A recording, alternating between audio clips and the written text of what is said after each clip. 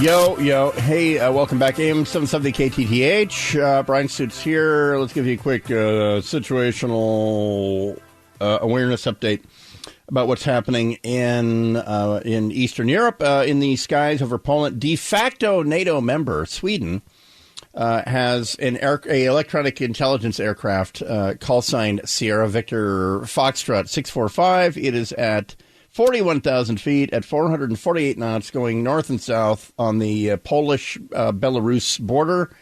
There's a U.S. Army aircraft, a classic Beechcraft, Beech King Air, a RC-12 guardrail, and it's sucking up everyone's cell phone signals, and it is in Latvia as we speak at 28,000 feet, 178 knots. And for those of you saying, hey, don't give those secrets. Oh, these aren't secrets. They're broadcasting their location. And part of the reason that there's a lot of assets up right now is because a little while ago, a missile launched physically from Russia hit a train station. By the way, it's a Tochka A missile, a surface-to-surface short-range missile.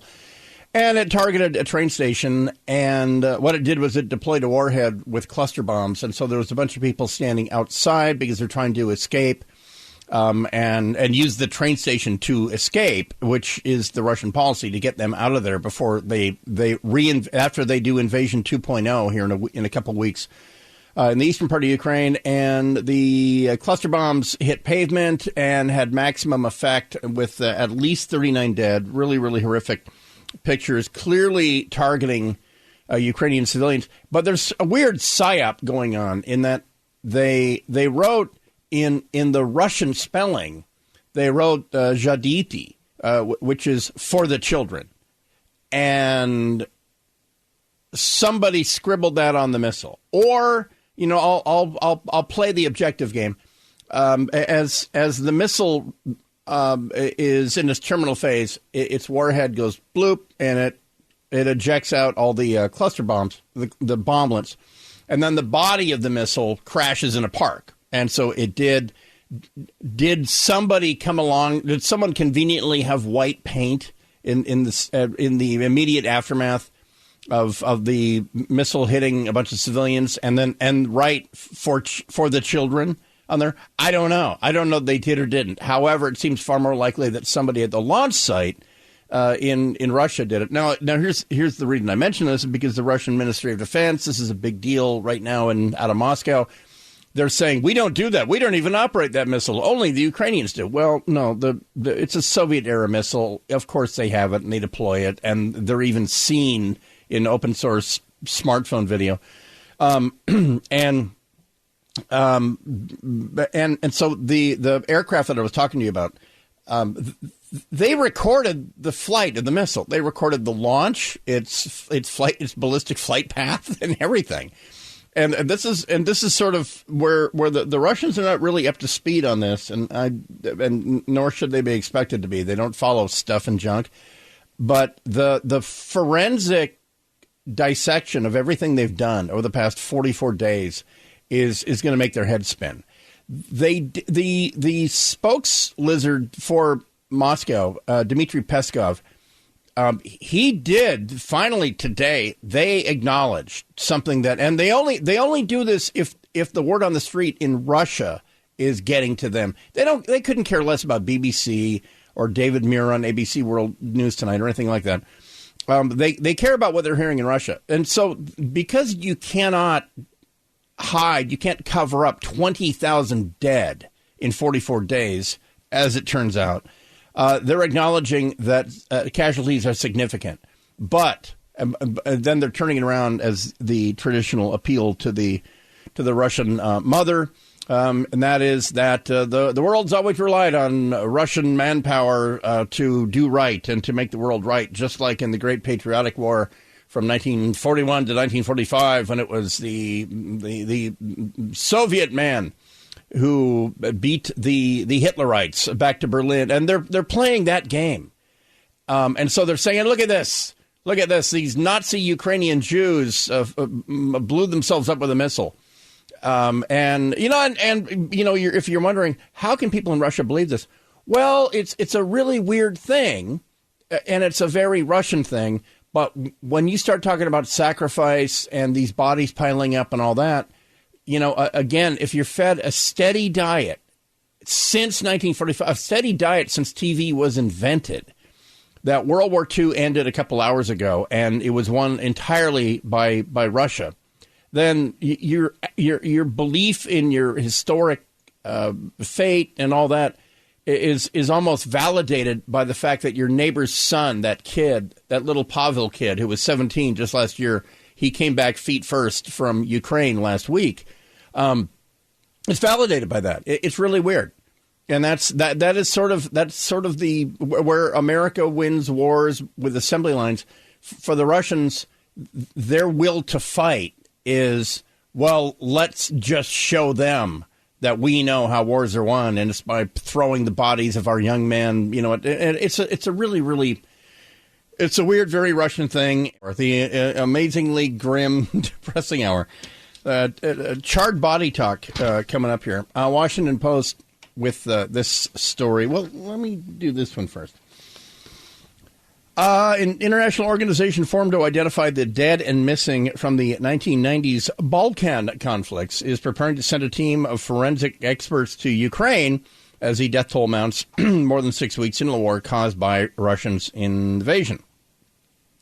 Authorities in Kyiv have reached out to the International Commission on Missing Persons to help put names to bodies that might otherwise remain anonymous amid the fog of war. And in that case, mass graves were sort of the coin of the realm in the 90s in the Balkans.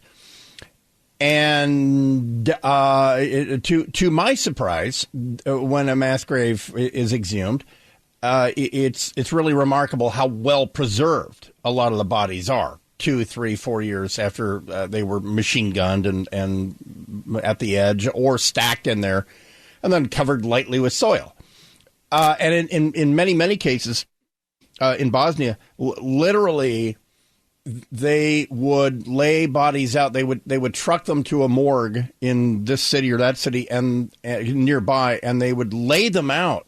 And relatives who hadn't seen a loved one in 3 years since whatever local horror happened would come along and walk down the line. And oftentimes they were looking at the clothing that they last remember their loved one wearing, but it's fairly remarkable how in many cases the people are still recognizable. Whereas if you're not buried on Rattlesnake Mountain, there's not much left of you like 3 years later. And it was 1999, was it? Yeah, there was There was a body of a boy wearing a Chicago Bulls three-peat shirt, because I want to say that was like 94 was the Bulls' third NBA victory, and Tony Kukoc was playing for the Bulls. So it really popular in the Balkans. And they exhumed a kid with his dog out of a mass grave, and he was wearing a Chicago Bulls three-peat shirt. And that's why this is grim hour. So anyway, but it's way, way different. What's going on right now is that the Russians are leaving behind their dead. And they're coming up on the undeniable realization that they can't explain to now about 20,000 mothers, wives, girlfriends, whatever, or families where their children's bodies are. By children, I mean 19, 20-year-old Russian soldiers. Soon, by the way, this is a Washington Post story today, and to their credit, they're not shying away from showing the pictures. Soon after the invasion began, a hashtag war slogan popped up everywhere in Russia, quote, "We don't leave ours behind," close quote, but many were. 2 Russian soldiers killed in battle lay on a street corner in the outskirts of Kiev in the city of Irpin, covered with a sheet of metal, legs poking out. A third lay a few feet away near a burned-out armored personnel carrier. So anyway, it gets to the story specifically, and I'm really kind of surprised these stories are getting out. I don't know how the WAPO is doing this. But let me read you from the story. Vadim Kolidi, a 19-year-old gunner from the 136th Reconnaissance Battalion based in Narofominsk outside Moscow, died after he was attacked and trapped in his armor personnel carrier, the Russian military told his mother Tatiana last month, but she never received his body. She says, quote, "I am hysterical. Vadim didn't even have a chance to escape. He burned inside the first week." And she put this on social media, by the way. This is on the Russian Facebook called VK for the contact for contact. He burned inside. The first week was like darkness, pain, tears. I could not sleep or eat. She said she felt anger at men in the 30s and 40s out drinking beer while children in their late teens and early 20s were dead. A few weeks after his reported death, charred remains thought to be his were analyzed in a laboratory in Rostov, but the DNA did not match. She said on social media, quote, "No one is looking for these children. No one cares about them. How many of these children and husbands are there? How much pain had this all brought?" Close quote. Then there's other widows, and they're taking this off of social media. And then they are saying when reached out for contact, the Washington Post did not receive a reply. Nikita Daryabin's widow, Anya, buried her husband last month, but still does not have a feeling of closure. The 25-year-old soldier from Chelyabinsk had adored his wife and 3 young children, a sniper who loved the military. He was sent on a training exercise only to be killed in battle. Shockingly. Oh, what? On March 8th. I still can't realize or believe that this is true. Every day I talk to him. Every day I ask him what for and why. And anyway, they're not able to account. And this is part of the Putin policy is if they don't receive the bodies of the dead, they may not have died, right? And so that's why, for instance, when Russians are killed in Syria, they stay there. They're incinerated there, they're buried there, or whatever.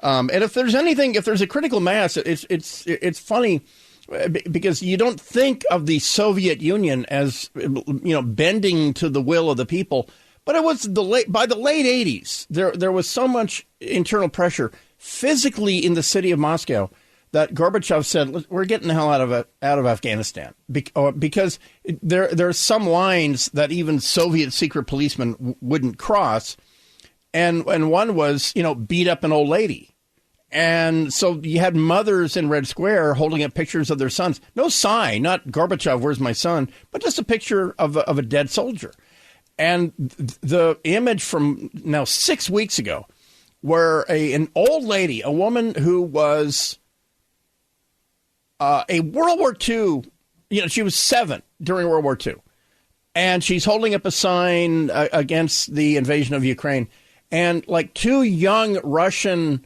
uniformed policemen came along and grabbed her, but they didn't rough her up. They just took her by the arms and walked her away, and these 2 guys were absolutely lambasted on social media. They were doxxed. All their social media was grabbed. And this is happening in Russia because, as I say, there's some lines you don't cross. But you can't cover up 20,000 dead here at day 44. The Russians acknowledged this morning that there's been a high cost to the denazification of Ukraine, as there was in 1945 and the whole thing. But it's grim because for a lot of these people, they're never... their sons are oily pools with dog tags in the middle of them, in a burnt out tank somewhere. That's what happens when you're rolling around in a mobile, incinerator. That's what happens. It's a bad scene, but you know what? Maybe the scenery has to get really, really bad for Putin to listen. Though. That doesn't seem likely. Back in a second, AM 770 KTTH. Let's get you to work with it.